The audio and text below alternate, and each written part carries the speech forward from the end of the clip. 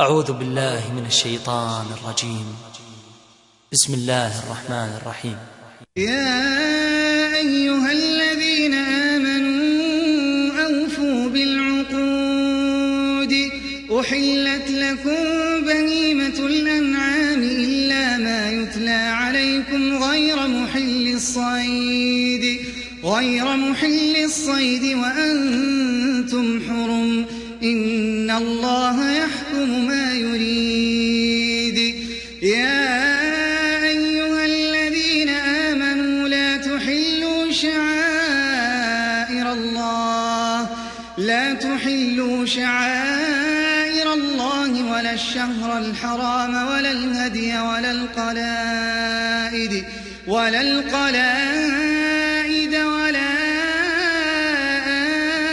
آمين البيت الحرام يبتغون فضلا من ربهم ورضوانا وإذا حللتم فاصطادوا ولا يجرمنكم شنآن قوم أن صدوكم عن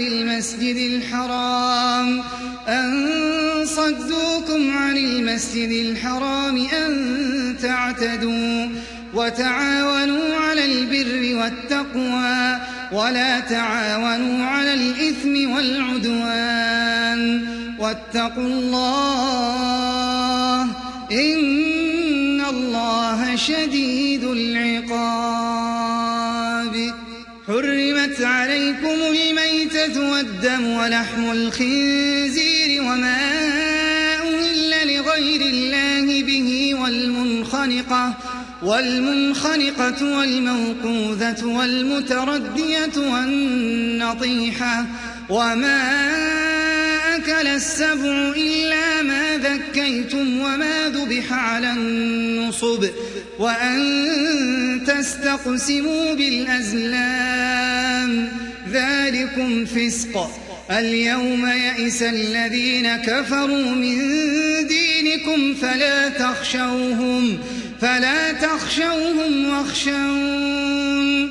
اليوم أكملت لكم دينكم وأتممت عليكم نعمتي ورضيت لكم الإسلام دينا. فمن اضطر في مخمصة غير متجانف لإثم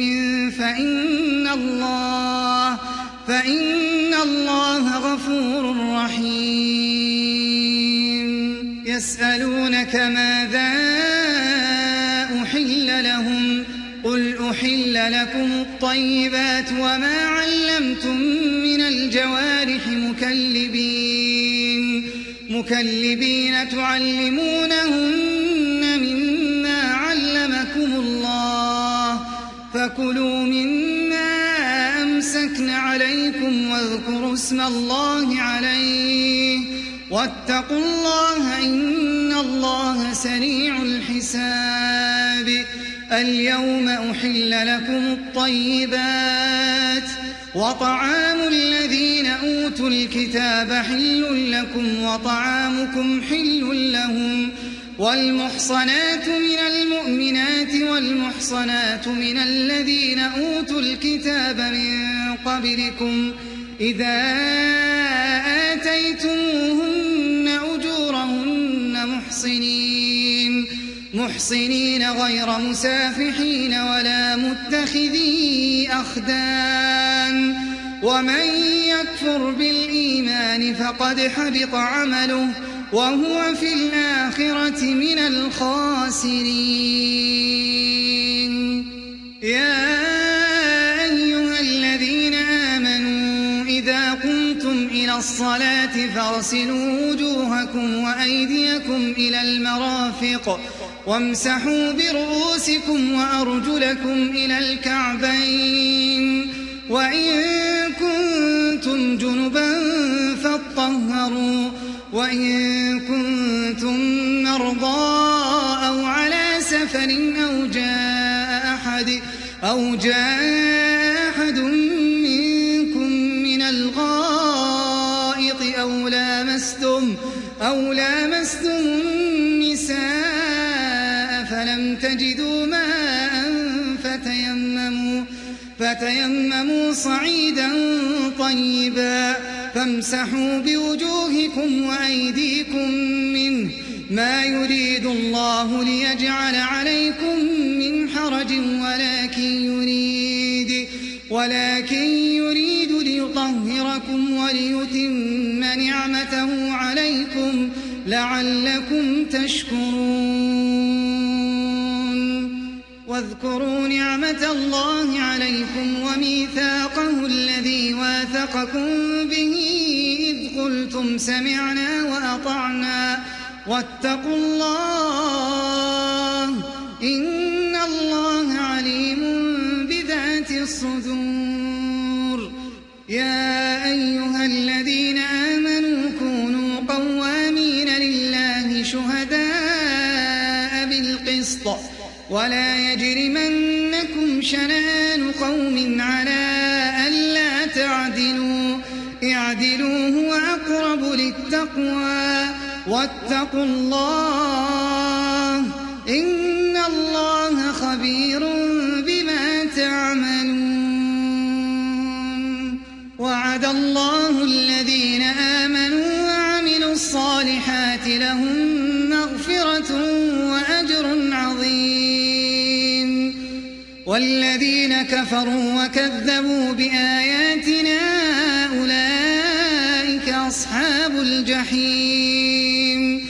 يا أيها الذين آمنوا اذكروا نعمة الله عليكم إذ هم قوم أن يبسطوا إليكم أيديهم فكف أيديهم عنكم واتقوا الله وعلى الله فليتوكل المؤمنون.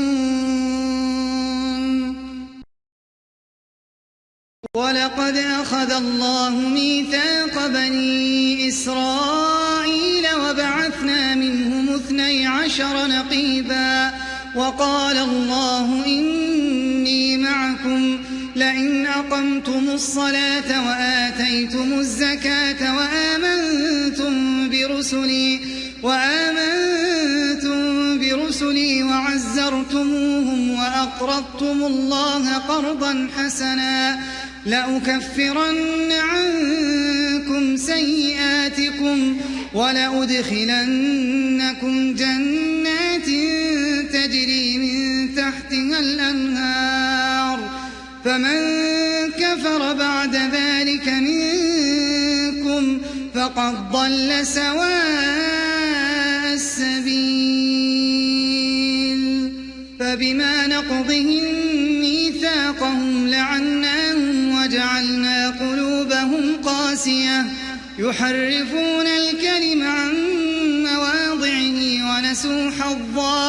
ونسوا حظا مما ذكروا به ولا تزال تطلع على خائنة منهم إلا قليلا منهم فاعف عنهم واصفح إن الله يحب المحسنين.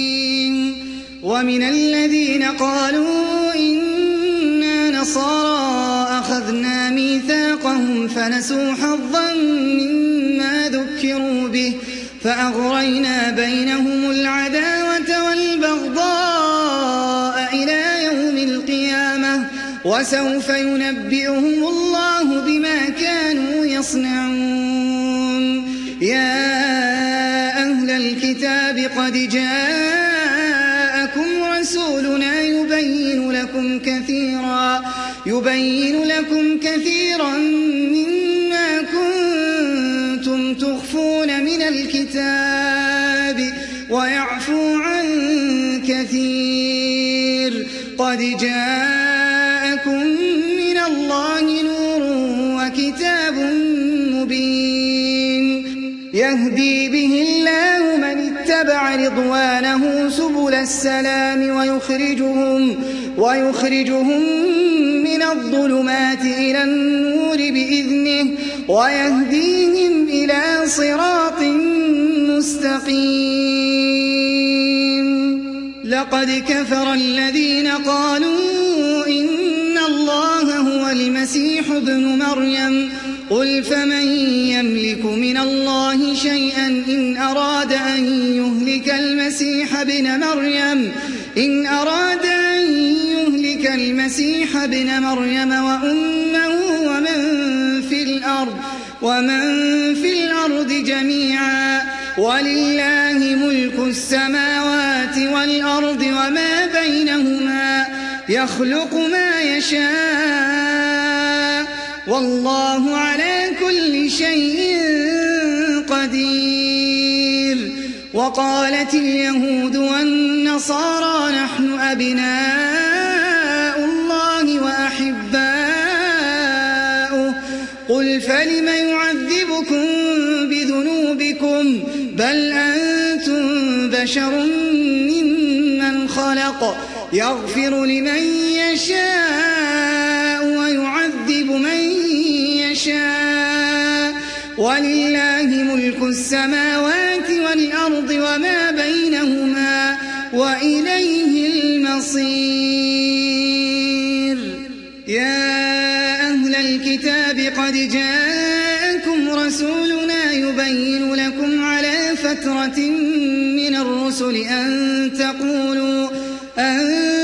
تقولوا ما جاءنا من بشير ولا نذير فقد جاءكم بشير ونذير والله على كل شيء قدير.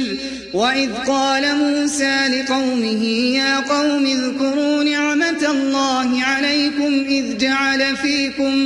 إذ جعل فيكم أنبياء وجعلكم ملوكا وآتاكم ما لم يؤت أحدا من العالمين. يا قوم ادخلوا الأرض المقدسة التي كتب الله لكم ولا ترتدوا على أدباركم فتنقلبوا خاسرين. قالوا يا موسى إن فيها قوما جبارين وإنا لن ندخلها حتى يخرجوا منها فإن يخرجوا منها فإنا داخلون. قال رجلان من الذين يخافون أنعم الله عليهم ادخلوا عليهم الباب فإذا دخلتموه فإنكم غالبون وعلى الله فتوكلوا إن كنتم مؤمنين. قالوا يا موسى إنا لن ندخلها أبدا ما داموا فيها فاذهب أنت وربك فقاتلا إنا هاهنا قاعدون. قال رب إني لا أملك إلا نفسي وأخي فافرق بيننا وبين القوم الفاسقين. قال فإنها محرمة عليهم 40 سنة يتيهون في الأرض فلا تأس على القوم الفاسقين.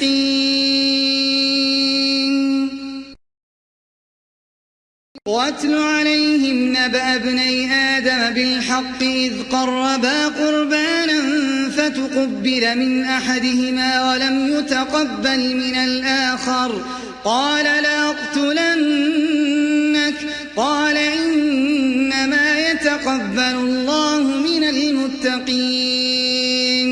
لئن بسطت إلي يدك لتقتلني ما أنا بباسط يدي إليك لأقتلك إني أخاف الله رب العالمين.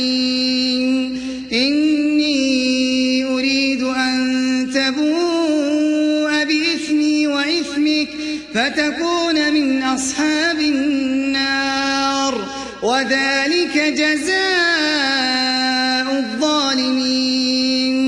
فطوعت له نفسه قتل أخيه فقتله فأصبح من الخاسرين.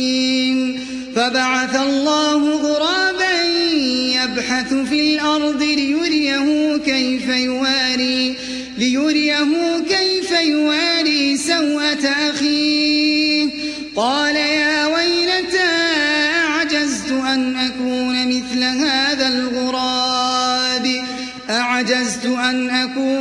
هذا الغراب فأواري سوءة أخي فأصبح من النادمين. من أجل ذلك كتبنا على بني إسرائيل أنه من قتل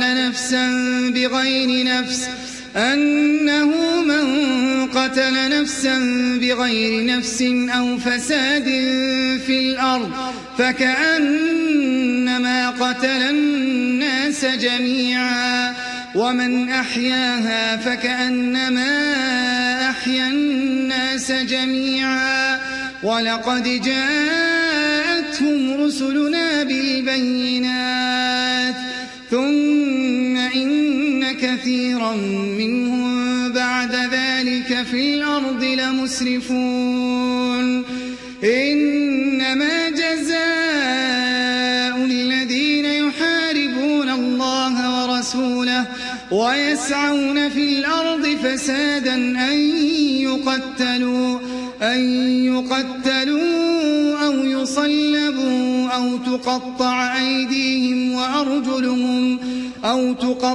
أيديهم وأرجلهم من خلاف أو ينفوا من الأرض ذلك لهم خزي في الدنيا ولهم في الآخرة عذاب عظيم.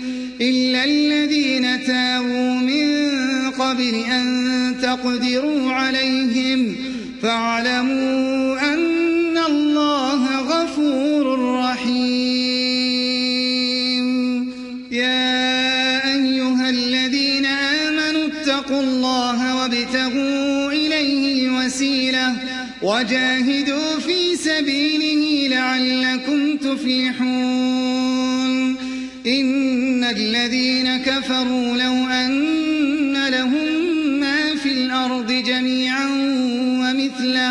ومثله معه ليفتدوا به من عذاب يوم القيامة ما تقبل منهم ولهم عذاب أليم. يريدون أن يخرجوا من النار وما هم بخارجين منها ولهم عذاب مقيم. والسارق والسارقة فاقطعوا أيديهما جزاء بما كسبا نكالا من الله والله عزيز حكيم. فمن تاب من بعد ظلمه وأصلح فإن الله يتوب عليه إن الله غفور رحيم. ألم تعلم أن الله له ملك السماوات والأرض يعذب من يشاء ويغفر لمن يشاء والله على كل شيء قدير. يا أيها الرسول لا يحزنك الذين يسارعون في الكفر من الذين قالوا آمنا بأفواههم ولم تؤمن قلوبهم ومن الذين هادوا سماعون للكذب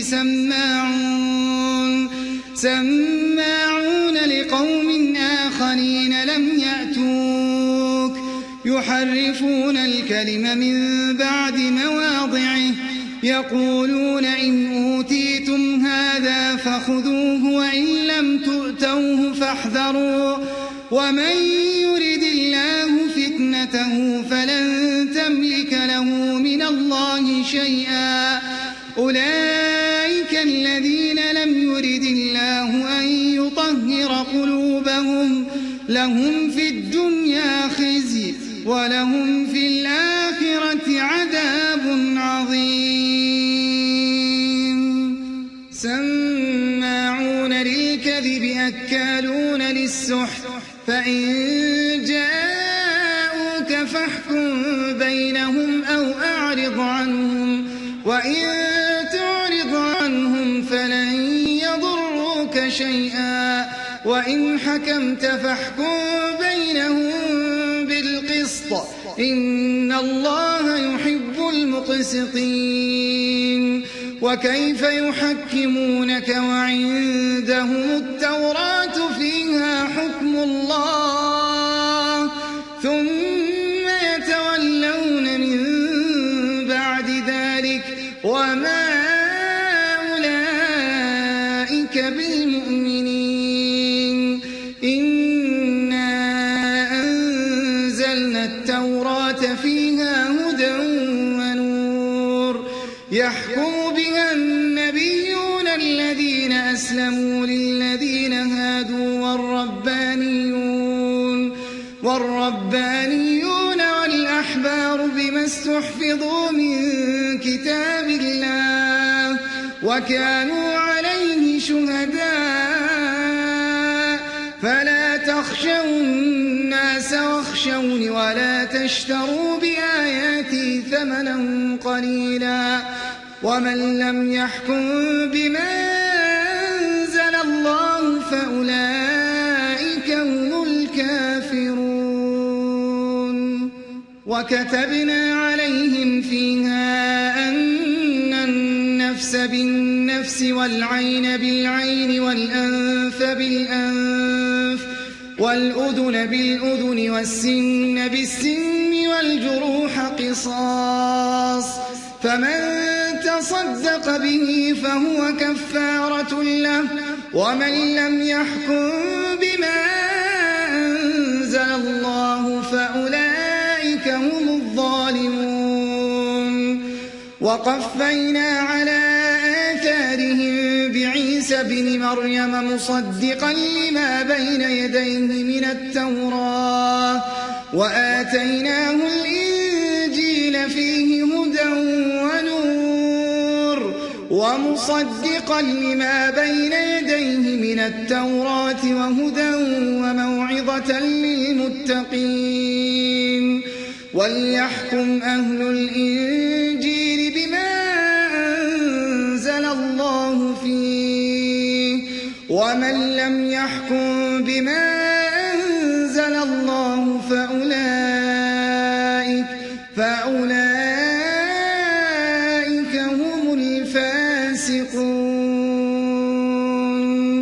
وأنزلنا إليك الكتاب بالحق مصدقا لما بين يديه من الكتاب ومهيمنا عليه فاحكم بينهم بما أنزل الله ولا تتبع أهواءهم عما جاءك من الحق لكل جعلنا منكم شرعة ومنهاجا ولو شاء الله لجعلكم أمة واحدة ولكن ليبلوكم فيما آتاكم فاستبقوا الخيرات إلى الله مرجعكم جميعا فينبئكم بما كنتم فيه تختلفون.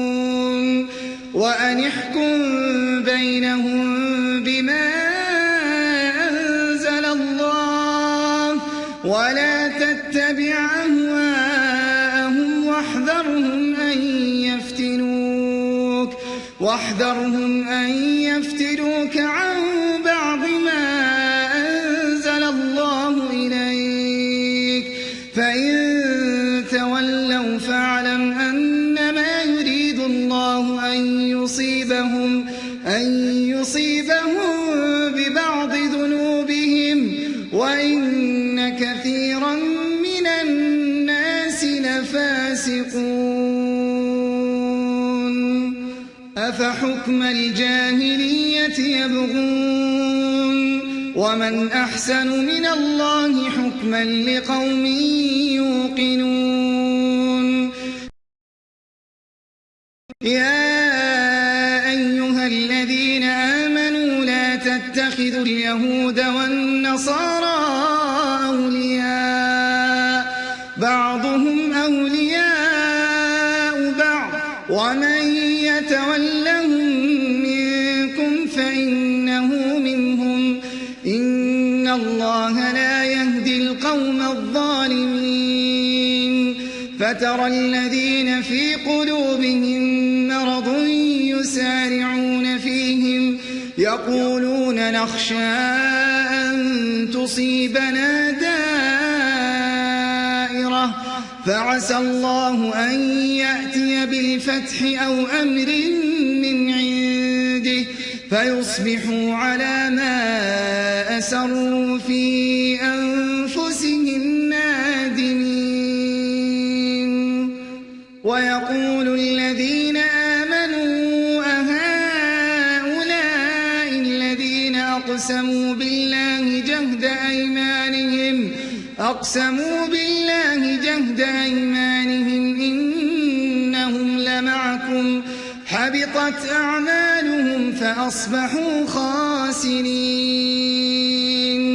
يا أيها الذين آمنوا من يرتد منكم عن دينه فسوف يأتي الله بقوم يحبهم ويحبونه أذلة على المؤمنين أعزة على الكافرين يجاهدون في سبيل الله ولا يخافون لومة لائم ذلك فضل الله يؤتيه من يشاء والله واسع عليم إنما وليكم الله ورسوله والذين آمنوا الذين يقيمون الصلاة ويؤتون الزكاة وهم راكعون ومن يتول الله ورسوله والذين آمنوا فإن حزب الله هم الغالبون يا أيها الذين آمنوا لا تتخذوا الذين اتخذوا دينكم هزوا ولعبا من الذين أوتوا الكتاب من قبلكم والكفار أولياء واتقوا الله إن كنتم مؤمنين وإذا ناديتم إلى الصلاة اتخذوها هزوا ولعبا ذلك بأنهم قوم لا يعقلون قل يا أهل الكتاب هل تنقمون منا إلا أن آمنا بالله وما أنزل إلينا وما أنزل من قبل وأن أكثركم فاسقون قل هل أنبئكم بشر من ذلك مثوبة عند الله من لعنه الله وغضب عليه وجعل منهم القردة والخنازير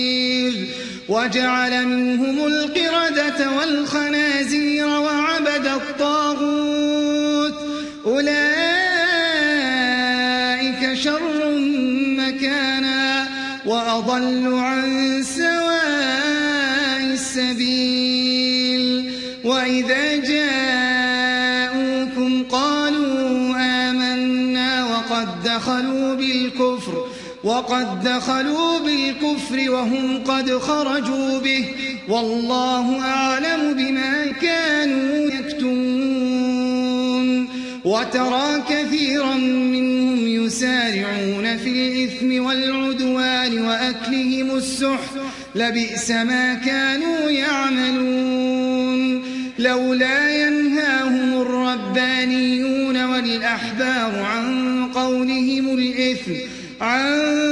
قولهم الإثم وأكلهم السحت لبئس ما كانوا يصنعون.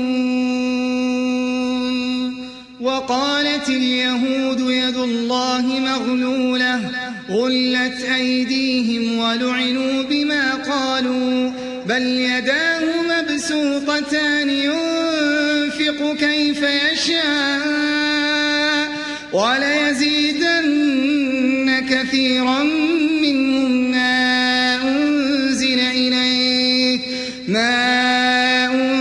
إليك من ربك طغيانا وكفرا وألقينا بينهم العداوة والبغضاء إلى يوم القيامة كلما أوقدوا نارا للحرب أطفاها الله ويسعون في الأرض فسادا والله لا يحب المفسدين.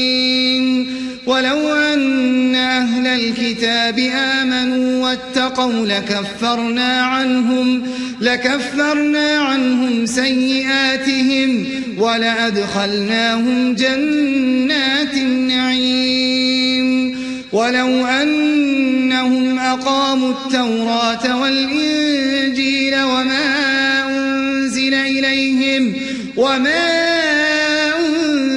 إليهم من ربهم لأكلوا من فوقهم ومن تحت أرجلهم منهم أمة مقتصدة وكثير منهم ساء ما يعملون.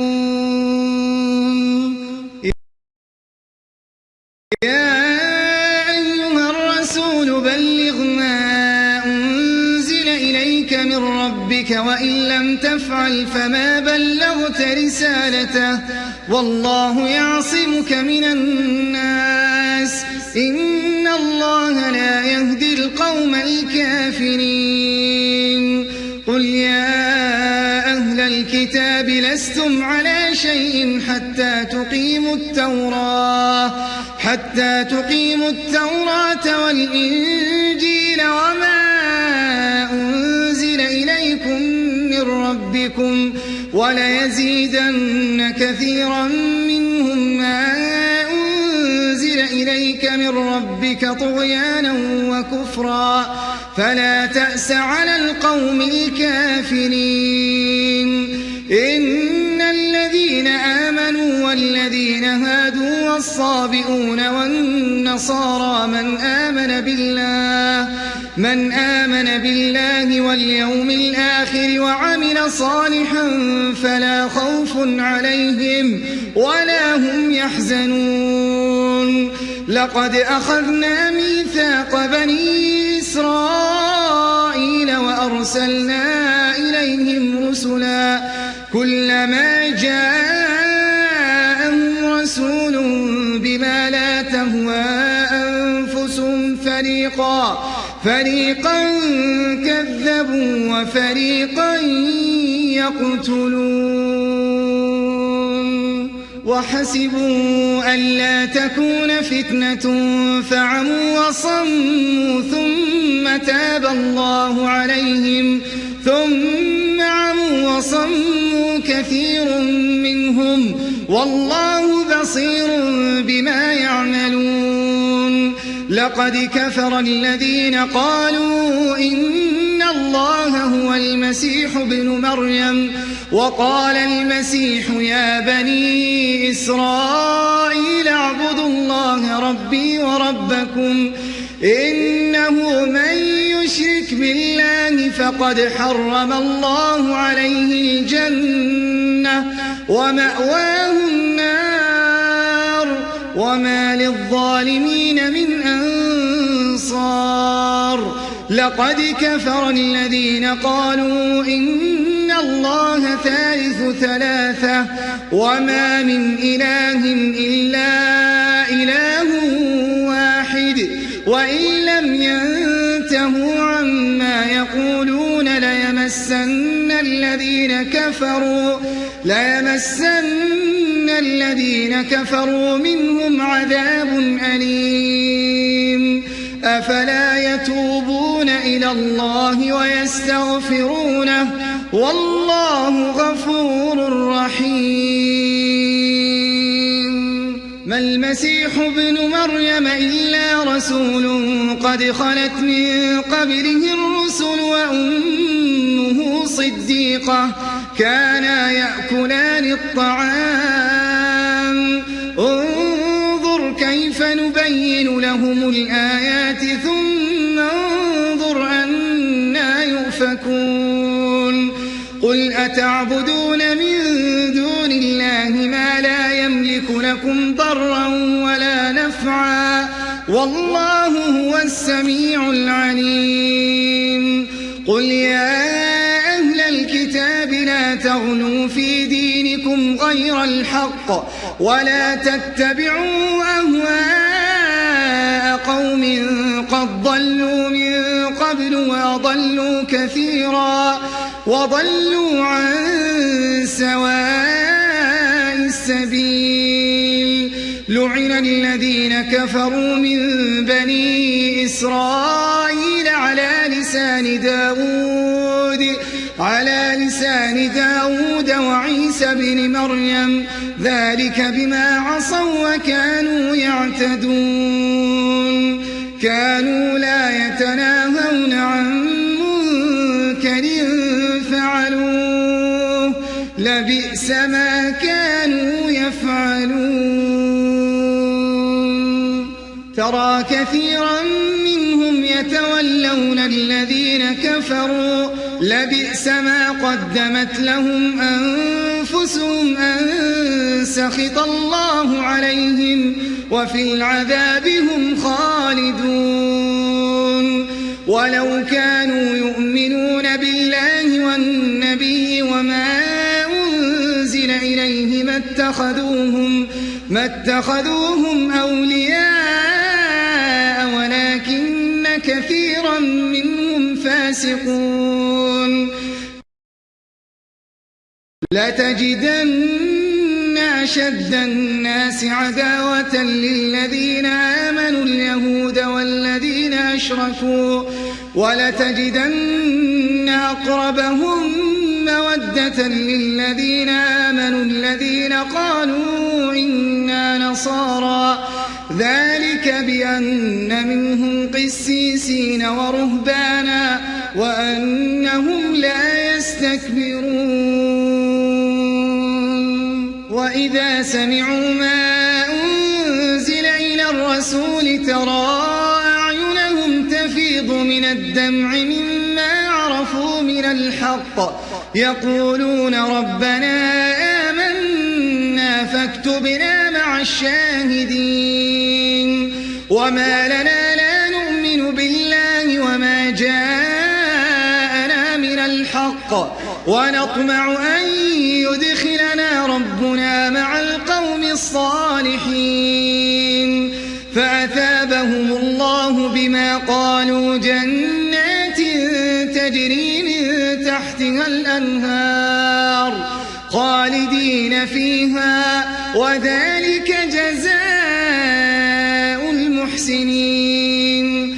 والذين كفروا وكذبوا بآياتنا أولئك أصحاب الجحيم.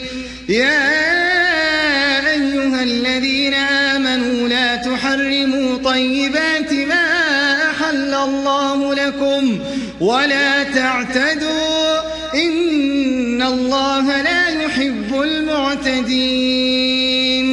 وكلوا مما رزقكم الله حلالا طيبا واتقوا الله الذي أنتم به مؤمنون. لا يؤاخذكم الله باللغو في أيمانكم ولكن يؤاخذكم بما عقدتم الأيمان فكفارته إطعام 10 مساكين من أوسط ما تطعمون من أوسط ما تطعمون أهليكم أو كسوتهم أو تحرير رقبة، فمن لم يجد فصيام 3 أيام، ذلك كفارة أيمانكم إذا حلفتم، واحفظوا أيمانكم، كذلك يبين الله لكم آياته لعلكم تشكرون. يا أيها الذين آمنوا إنما الخمر والميسر والأنصاب والأزلام رجس من عمل الشيطان فاجتنبوه لعلكم تفلحون. إنما يريد الشيطان أن يوقع بينكم العداوة والبغضاء في الخمر والميسر ويصدكم عن ذكر الله وعن الصلاة، فهل أنتم منتهون؟ وأطيعوا الله وأطيعوا الرسول واحذروا، فإن توليتم فاعلموا أنما على رسولنا البلاغ المبين. ليس على الذين آمنوا وعملوا الصالحات جناح فيما طعموا إذا ما اتقوا وآمنوا وعملوا الصالحات ثم اتقوا وأحسنوا، والله يحب المحسنين. يا أيها الذين آمنوا ليبلونكم الله بشيء من الصيد تناله أيديكم ورماحكم ليعلم الله من يخافه بالغيب، فمن اعتدى بعد ذلك فله عذاب أليم. يا أيها الذين آمنوا لا تقتلوا الصيد وأنتم حرم، ومن قتله منكم متعمدا فجزاء مثل ما قتل من النعم يحكم به ذوى عدل منكم هديا بالغ الكعبة أو كفارة طعام مساكين أو عدل ذلك صياما ليذوق وبال أمره، عفى الله عما سلف، ومن عاد فينتقم الله منه، والله عزيز ذو انتقام. أحل لكم صيد البحر وطعامه متاعا لكم وللسيارة، وحرم عليكم صيد البر ما دمتم حرما، واتقوا الله الذي إليه تحشرون. جعل الله الكعبة البيت الحرام قياما للناس والشهر الحرام والهدي والقلائد، ذلك لتعلموا أن الله يعلم ما في السماوات وما في الأرض، وأن الله بكل شيء عليم. اعلموا أن الله شديد العقاب، وأن الله غفور رحيم. ما على الرسول إلا البلاغ، والله يعلم ما تبدون وما تكتمون. قل لا يستوي الخبيث والطيب ولو أعجبك كثرة الخبيث، فاتقوا الله يا أولي الألباب لعلكم تفلحون. يا أيها الذين آمنوا لا تسألوا عن أشياء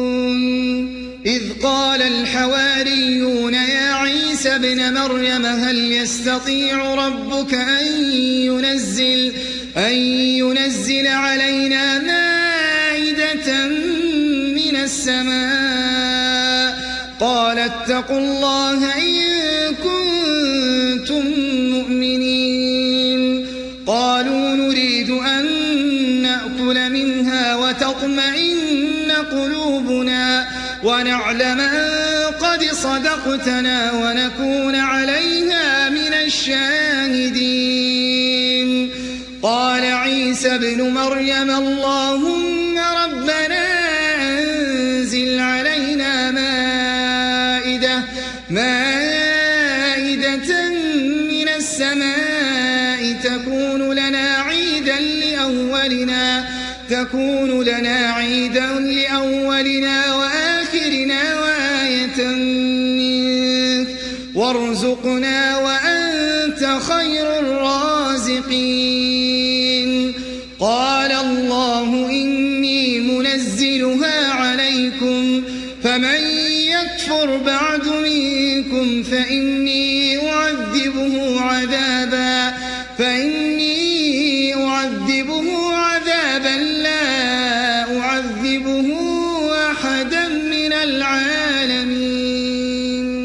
وإذ قال الله يا عيسى ابن مريم أنت قلت للناس اتخذوني وأمي إلهين من دون الله قال سبحانك ما يكون لي أن أقول ما ليس لي بحق إن كنت قلته فقد علمته تعلم ما في نفسي ولا أعلم ما في نفسك إنك أنت علام الغيوب ما قلت لهم إلا ما أمرتني به أن اعبدوا الله ربي وربكم وكنت عليهم شهيدا ما دمت فيهم فلما توفيتني كنت أنت الرقيب عليهم وأنت على كل شيء شهيد